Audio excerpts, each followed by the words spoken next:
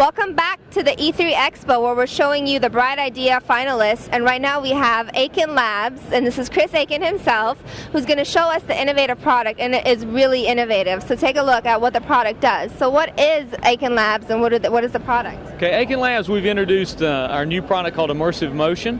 And Immersive Motion is the first wireless sensor-based platform-independent motion system for desktops and for mobile devices. So what we've created is a way for users, even if they have software that wasn't natively motion enabled, they can create motion interfaces for that software. So you can make any game, and there's other applications for it as well, but you can make anything pretty much motion censored. You don't need a Wii or anything like that. Exactly. So for example, say you have a game that you love to play, but it wasn't natively motion enabled, you're able to use Immersive Motion to add motion interfaces to that game. And the way we did that is we have a motion receiver. So this is a receiver here, okay? This plugs into any platform that supports USB, and we'll map the motion sensors to be standard devices like mice, joysticks, and even keyboards with our gesture detection system. So with that, you're able to add motion interface to any of your favorite games. So why don't we see a little demo right now? We have Janet Aiken. She's going to give us a demo. And now what is that motion sensor hooked up to? Okay, so basically what we've done is we've taken a motion sensor, and we have a little application that we've written here that uses a mouse to control head look. So we took the sensor, we mounted it on her head, and we told the receiver, use that as the mouse. So now when she moves her head around, she can see that on the TV.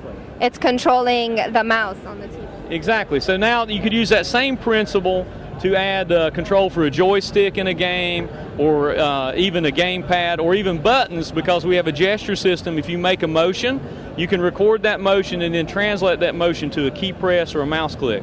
So you can, like, if the button shoots, you can just make it so that every time you punch, you shoot? Exactly. So say you had to hit a P button on the keyboard to punch. When you make the punch motion, you record that. When you did the punch, you say translate that to a P. So now you've added the motion element to the game. That's very cool. Okay. So other than for games, what other applications can Immersive Motion be used for? We really wanted to concentrate on a lot of the vertical market apps and being able to use that for mobility, for example.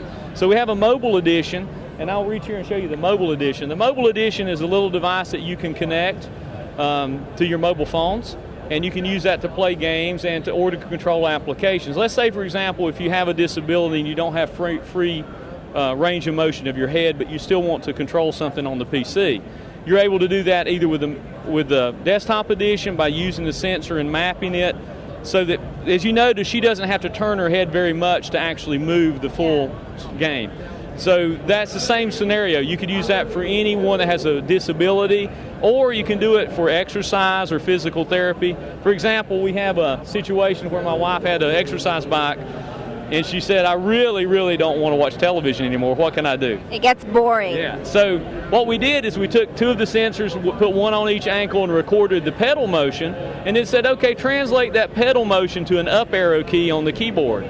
So by doing that, we were able to open up Google Street View, and now she can pedal her way through Paris. So it's a lot of fun. So it's a much cheaper way to travel around the world. Yeah, and a lot safer because you don't run into people virtually, hopefully. This is true. Okay. Okay, so when is the product available? Where can consumers find it, and how much would it cost? Okay, we will have the desktop edition of the product available for shipment in August. It will be available as a starter kit. You get a receiver and two of the sensors. That will retail for around $300 US. Okay. It will be initially available directly from Aiken Labs over our website, but we are working to find channel partners for that technology in our product.